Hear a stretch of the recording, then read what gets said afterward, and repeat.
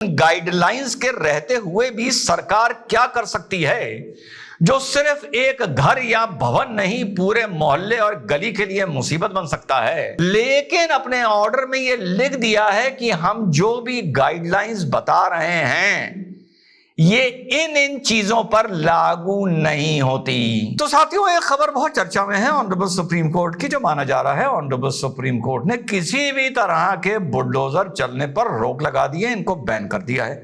आइए समझते हैं ये मैटर एक्चुअली में पूरा था क्या, कहां से पिटीशन फाइल हुई, मामला कहां तक पहुंचा और वास्तव में ऑनरेबल सुप्रीम कोर्ट ने ऑर्डर किया क्या है। और जैसे मैं सबको राय देता हूं, भाजपा की भी राय देता हूं, कांग्रेस को भी राय देता हूं, तो आज सरकार को भी एक राय दूंगा, या यूं कहूंगा कि शायद ये ऑर्डर अब किसी पहले एक घर पे जो बुलडोजर चलता था शायद पूरी गली या पूरे मोहल्ले पे चल जाए। तो ये राय होगी सरकार की, और जिनके घरों पर बुलडोजर चलता है उनको भी राय दूंगा।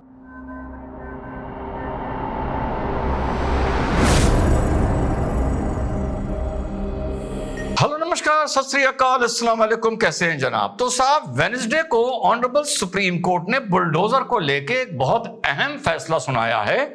बुलडोजर जस्टिस का, ये फिर से बता दूं, बुलडोजर चलने के दो कारण होते हैं। बुलडोजर जस्टिस चलने को लेकर जो बुलडोजर की रिवायत उत्तर प्रदेश से शुरू हुई थी, हिंदुस्तान में अनेक मुख्यमंत्रियों ने उसकी रिवायत अपने प्रदेश में अपनाना शुरू कर दिया था। तो इस बात को लेकर ऑनरेबल सुप्रीम कोर्ट ने बुधवार को एक बहुत अहम फैसला सुनाया और उन्होंने कहा कि किसी का आशियाना या किसी की छत छीनना मौलिक अधिकार आर्टिकल 21 के उल्लंघन के बराबर है। सुप्रीम कोर्ट ने अपने जजमेंट को विस्तार देते हुए कहा कि यदि कोई एक आदमी आरोपी है तो उसके चक्कर में या उसके सिलसिले में पूरे घर का आशियाना या पूरे घर की छत नहीं छीनी जा सकती, सिर्फ इस बुनियाद पर, सिर्फ इस आरोप पर, इस एलिगेशन पर कि वो एक अपराधी है। तो सुप्रीम कोर्ट ने अपने आदेश में यह चीज स्पष्ट लिखी है कि पहले तो अधिकारियों को जज बनने की अनुमति नहीं होनी चाहिए। जो डिवीजन ऑफ रिस्पॉन्सिबिलिटी है या डिवीजन ऑफ पावर है एग्जीक्यूटिव और जुडिशरी का और लेजिस्लेटिव का, वो एक दूसरे पर इंक्रोच नहीं करना चाहिए।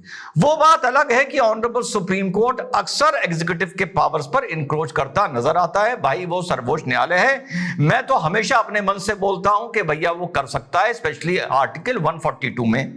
आर्टिकल 142 में ही ऑनरेबल सुप्रीम कोर्ट ने जो उसको स्वीपिंग पावर्स हैं उसमें उन्होंने ये फैसला सुनाया है। तो एक महत्वपूर्ण चीज यह है कि उन्होंने इसके लिए गाइडलाइंस इशू करी हैं। गाइडलाइंस इस तरह से चलेंगी कि आपको हर गवर्नमेंट को थ्रू द चीफ सेक्रेटरी एक सर्कुलर पहुंचेगा कि साहब आपको एक पोर्टल बनाना होगा, उसमें जितनी भी इस किस्म की अवैध संपत्तियां हैं उनका इसमें विवरण होगा। उसके साथ यह है कि जो भी आप जिस भी संपत्ति को गिराना है उसके स्वामी को आपको नोटिस देना पड़ेगा।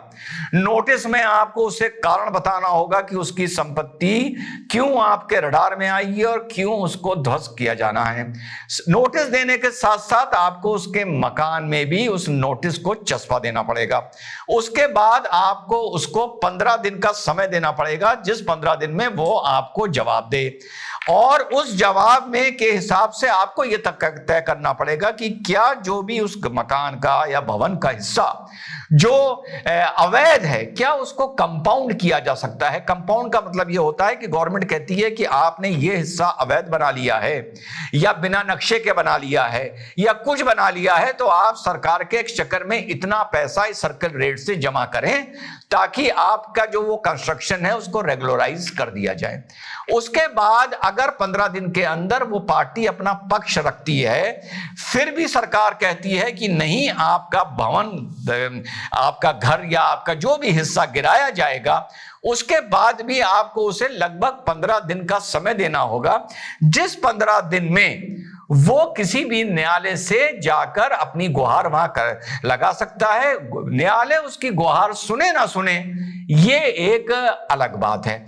और इस 15 दिन में उसको यह भी मौका मिलेगा कि जो भी उसने निर्माण अवैध कर रखा है उसको वो स्वयं हटा ले।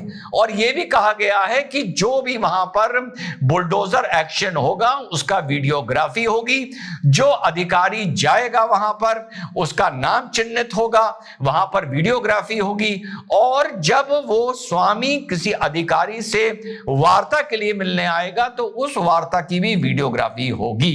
ये सारे निर्देश हैं। साथ ही साथ ये भी ऑनरेबल सुप्रीम कोर्ट ने कहा है कि अगर हमारे आदेश का उल्लंघन होता है तो सरकार पर, अधिकारियों पर कार्रवाई करी जाएगी, और जो भी उस भवन स्वामी का नुकसान हुआ है उसके चलते उसकी भरपाई भी वो सरकार करेगी। अब जो बुलडोजर एक्शन है, आपको पता है कि ये सिर्फ एक लॉ एंड ऑर्डर से ज्यादा बढ़कर एक सोशल और पॉलिटिकल इशू ज्यादा बन चुका है।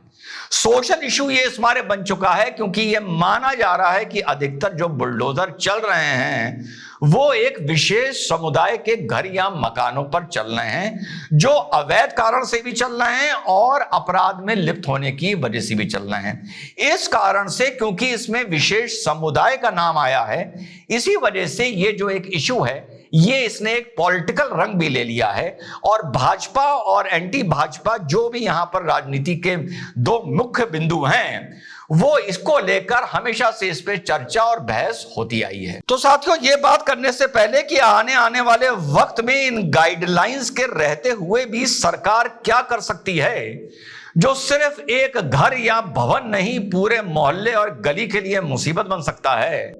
आइए जानते हैं कि ये पूरा मामला, ये बुलडोजर एक्शन का मामला कहां से लड़ते लड़ते ऑनरेबल सुप्रीम कोर्ट तक पहुंचा है। आम आदमी ये मान के चल रहा होगा कि उत्तर प्रदेश से पहुंचा है, नहीं, मामला उत्तर प्रदेश का ये नहीं है। तो साथियों, ये सिलसिला शुरू होता है अप्रैल 2002 से। जहांगीरपुरी दिल्ली में अतिक्रमण हटाओ एक अभियान चल रहा था।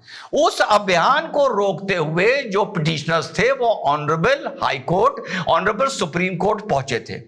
इसी के बाद अगस्त में मध्य प्रदेश में और राजस्थान में भी बुलडोजर चलने का जब मैटर सामने आया तो वो भी ऑनरेबल हाई कोर्ट पहुंचे, जिसको सुप्रीम कोर्ट ने सारी पिटीशंस को अपने पास क्लब करा लिया था।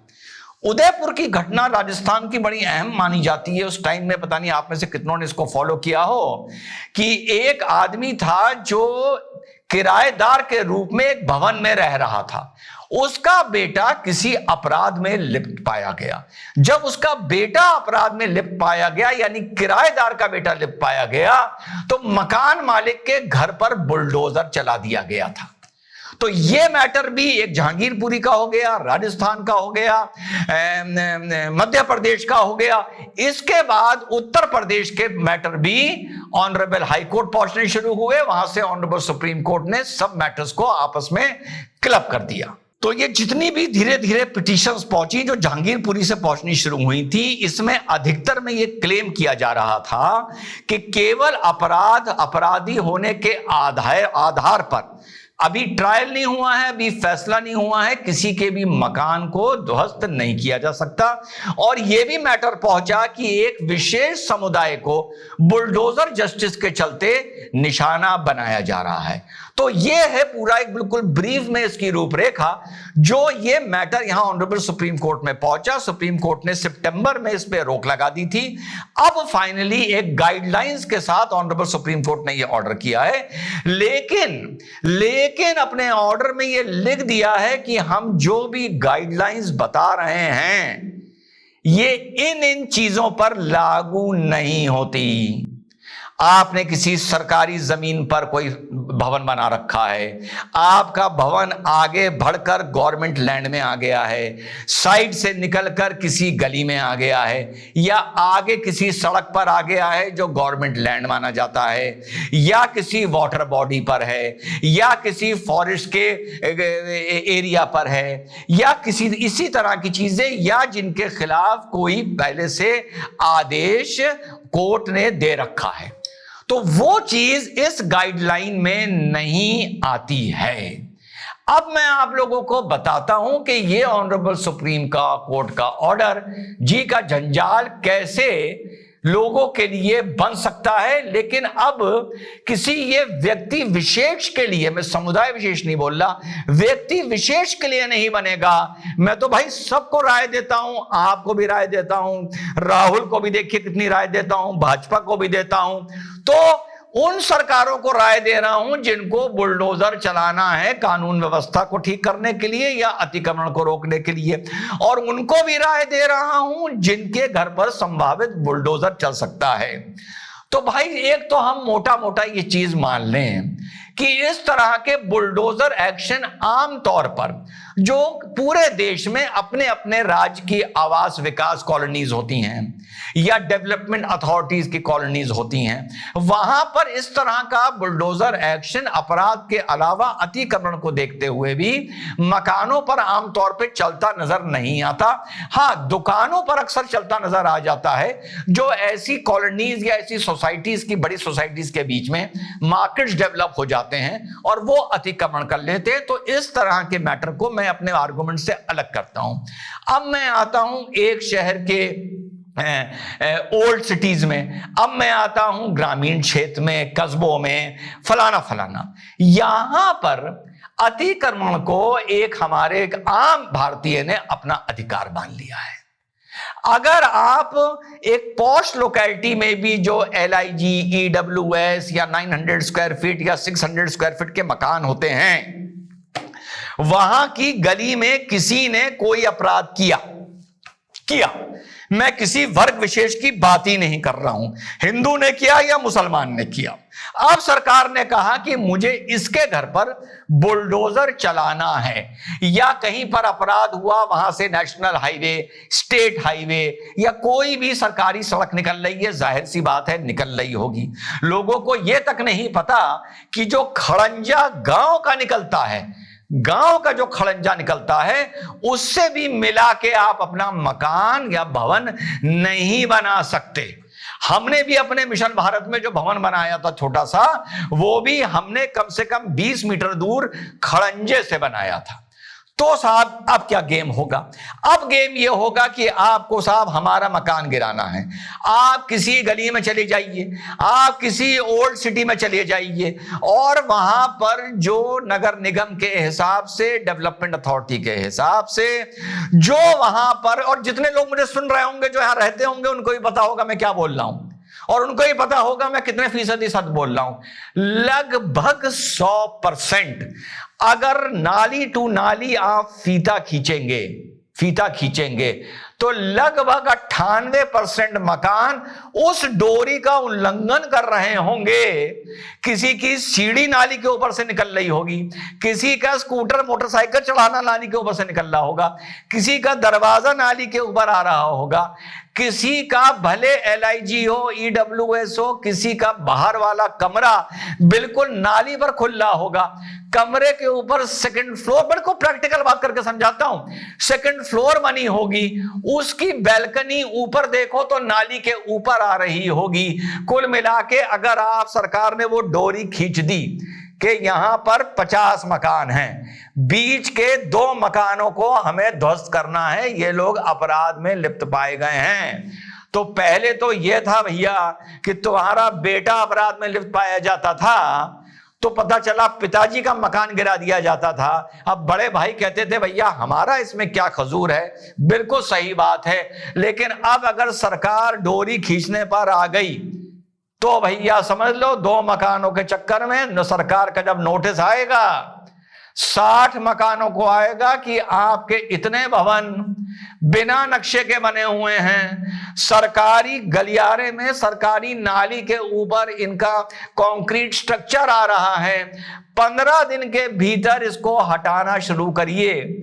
और आपको सीढ़ी और नाली और खड़ंजा जो मोटरसाइकिल चढ़ाने और उतारने के लिए बनाया जाता है, इसके मामले में बड़ी इंटरेस्टिंग बात बता दूं, हर मकान के लिए ये हिदायत होती है नक्शे में कि आपका जो मोटरसाइकिल चलाने का, स्कूटर चलाने का रैंप है या जो सीढ़ी है वो नाली के अंदर 3 फीट होगी, फिर उसके बाद आपके भवन का कंस्ट्रक्शन शुरू होगा, यानी नाली से 3 फीट अंदर।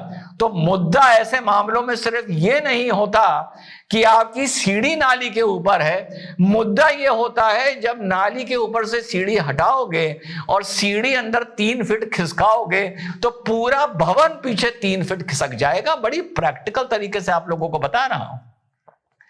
हिंदुस्तान में सरकार अगर अपनी पर आ जाए, फ्लैट्स छोड़ दीजिए, विलाज छोड़ दीजिए, और इसमें हमारा मकान भी शामिल होगा अगर नपाई करने पर आएंगे हम कहीं ना कहीं कि साहब आपका गैराज यहां क्यों बना है, ये आपकी सीढ़ी कैसे बाहर आ गई है, आपने जो पोर्टिको के ऊपर कैंटिलीवर दिया उसमें आपने पिलर क्यों दे दिया, क्या क्या चीजें होती हैं। जब नक्शा खोल के किसी डेवलपमेंट अथॉरिटी में जाकर बैठोगे ना तो वो तुमको ये बताएगा कि बाबू तुम्हारा जो ये 900 स्क्वायर फीट का मकान है ना, इसमें 600 स्क्वायर फीट से ज्यादा में तुम्हारा कंस्ट्रक्शन नहीं हो सकता। आगे कितना छोड़ा, पीछे कितना छोड़ा, कितने माले बनाए, उसका नक्शा पास था या नहीं था, वो माला तुम्हारा कितने % का सेकंड फ्लोर बन सकती थी, ये पास था या नहीं पास था, ऊपर की बैल्कनी पास थी या नहीं पास थी। तो भैया राय मेरी सबको ये है, सिस्टम से नहीं लड़ सकते। सरकार ने अगर एक घर गिराने के चक्कर में 50 घर पर डोरी खींच दी तो अब उस एक घर के चक्कर में 39 का काम लग जाएगा, ठीक। और फिर उस गली मोहल्ले में क्या होगा भैया, ये राम जाने खुदा जाने। तो भैया अब इसका सलूशन क्या निकलेगा, अब इसमें यह सलूशन निकलेगा, आगे का बता रहा हूं, नकारात्मक सलूशन, कि भैया बहुत जो लोग याचिका लेके ऑनरेबल सुप्रीम कोर्ट गए कि हमको टारगेट करने के लिए ये किया जा रहा है। तो भैया अगर तुम्हारी गली से कोई अपराध हो गया या पत्थर चल गया तो पहले तो नाम के हिसाब से 1-2 घर लपेटे हुए आते थे, अब 15 दिन पहले पूरी गली को, पूरे मोहल्ले को नोटिस आ जाएगा। और जब पूरे गली को और पूरे मोहल्ले को नोटिस आएगा तो पूरा गली, पूरा मोहल्ला लाखों के नीचे आ जाएगा। लाखों में अगर कोर्ट की लड़ाई भी लगा लो तो लाखों के नीचे आ जाएगा। और किस किस को बचाओगे और किस किस को गवाओगे भैया, ये सोच लेना। और फिर तुम ये जाके नहीं कह सकते ऑनरेबल सुप्रीम कोर्ट कि हमारा मोहल्ला इस वजह से टारगेट किया जा रहा है क्योंकि इस मोहल्ले में 90% विशेष समुदाय के लोग रहते हैं। साफ बात कर रहा हूं, भले संवैधानिक नजरिए से ये बात किसी को गलत लगे, लेकिन सिस्टम से लड़ने पर आओगे तो सिस्टम क्या क्या कर सकता है वो समझा रहा हूं। फिर तुम वहां जाके ये नहीं कह सकते कि हमारे मोहल्ले को ही क्यों नोटिस आया है, उस मोहल्ले को क्यों नहीं आया और उस मोहल्ले को क्यों नहीं आया। और कोई भी ऑनरेबल सुप्रीम कोर्ट की बेंच ये कभी आदेश नहीं दे सकती कि पूरे शहर को एक साथ नोटिस क्यों नहीं आया। तो कहां नोटिस गया, कहां ले दे के मैटर खत्म हो गया, कहां औपचारिकता के लिए नोटिस गया, कहां किस मोहल्ले में किस गली में वाकई भवनों को गिराने के चक्कर में नोटिस गया, कहां पॉलिटिकल पार्टी को लगा कि यार हमारे वोटर है उनको डिस्टर्ब ना करो, कहां पॉलिटिकल पार्टी को लगा यार ये तो हमारी कबर खोदते हैं इन्हीं को डिस्टर्ब करो। तो भैया ये सब चीज भी देख लेना, ऐसा ना हो कि ये जो ऑनरेबल सुप्रीम कोर्ट का ऑर्डर है और ऑनरेबल सुप्रीम कोर्ट ने चीज बोल दी है कि भाई आप किसी भी अवैध भूमि पर नहीं बना सकते, अगर बना रखा है एक ईंटा भी किसी सरकारी भूमि पर रख दो तो भैया वो भी अवैध है। तो ऑनरेबल सुप्रीम कोर्ट ने अपनी गाइडलाइंस में ये चीज साफ मेंशन कर दी है कि भैया ये इन चीजों के लिए आदेश नहीं है, यहां सरकार को कोई, बल्कि ये आदेश है कोई नोटिस वोटिस देने की जरूरत नहीं है और कोई भी किसी भी तरह का, हमारी जो गाइडलाइंस हैं इस तरह के भवनों पर या उन पर लागू नहीं होंगी। मैं तो जो तरीका बता रहा हूं ये तो वो बता रहा हूं कि जो अवैध भी बने हुए हैं, इतना भी अगर सरकारी जमीन पर बाहर आ गए ना, इतना भी, सिर्फ इतना, तो पूरी दीवार छील दी जाएगी, पूरा छज्जा छील दिया जाएगा, पूरी खिड़की छील दी जाएगी। और जब छिलाई होती है तो फिर इतने के बजाय अगर इतना अंदर चला जाए पीला पंजा तो कोई देखने वाला नहीं होता और कोई सुनने वाला नहीं होता, चाहे उसकी तुम कितनी भी वीडियोग्राफी कर लो। तो इस चीज को फिर से बता रहा हूं, लॉलीपॉप है, ये लॉलीपॉप कहीं गले में जाके अटक ना जाए। जय हिंद, वंदे मातरम, खुदा हाफिज।